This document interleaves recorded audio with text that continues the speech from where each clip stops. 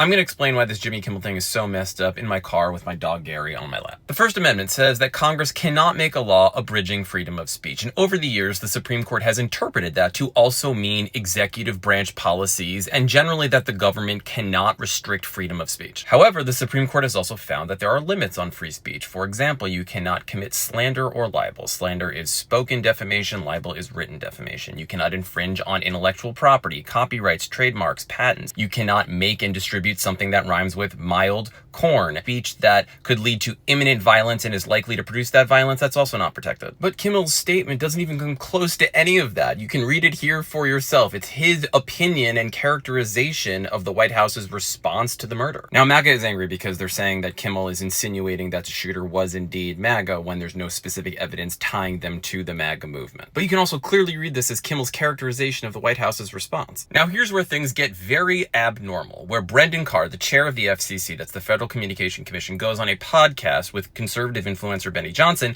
and says that Disney is in a whole host of trouble. The broadcast license for ABC could potentially be pulled, that one of the possible responses should be that either Kimmel is suspended or fired. And then he goes on to say that individual stations that carry ABC Disney content should consider taking him off the air. There's actions that we can take on licensed broadcasters. And frankly, I think that it's really sort of past time that a lot of these licensed broadcasters themselves push back on Comcast and Disney and say, listen, we are going to preempt. We are not going to run Kimmel anymore until you straighten this out, because we licensed broadcaster, are running the possibility of fines or license revocations from the FCC. And then one of those owners of local affiliates does just that. Nexstar owns around 10 to 12% of ABC affiliates, and they announced that they're not going to carry Jimmy Kimmel Live anymore. Nexstar is also trying to merge as of a month ago with Tegna, one of their competitors who also owns a lot of local stations, including ABC affiliates. And guess what? They need the FCC's approval to do that. So what does Disney, which owns ABC, do in response? They pull Jimmy Kimmel's show indefinitely. To be clear, this decision was made by Bob Iger, the CEO of Disney, and the head of its television department, Dana Walden. Clearly, the number of local affiliates refusing to carry Jimmy Kimmel Live got to Disney, and they buckled under the pressure. It is not normal for a government official to go on a podcast and make threats to a media company saying things like, we can do this the easy way or the hard way, to try to get them to cut some of their programming. At this point, if multi-billion-dollar companies like Disney aren't going to protect free speech, then who is? Government is basically acting like the mafia. And even if you don't like Jimmy Kimmel's show or his politics, that should still be alarming to you. It is to me,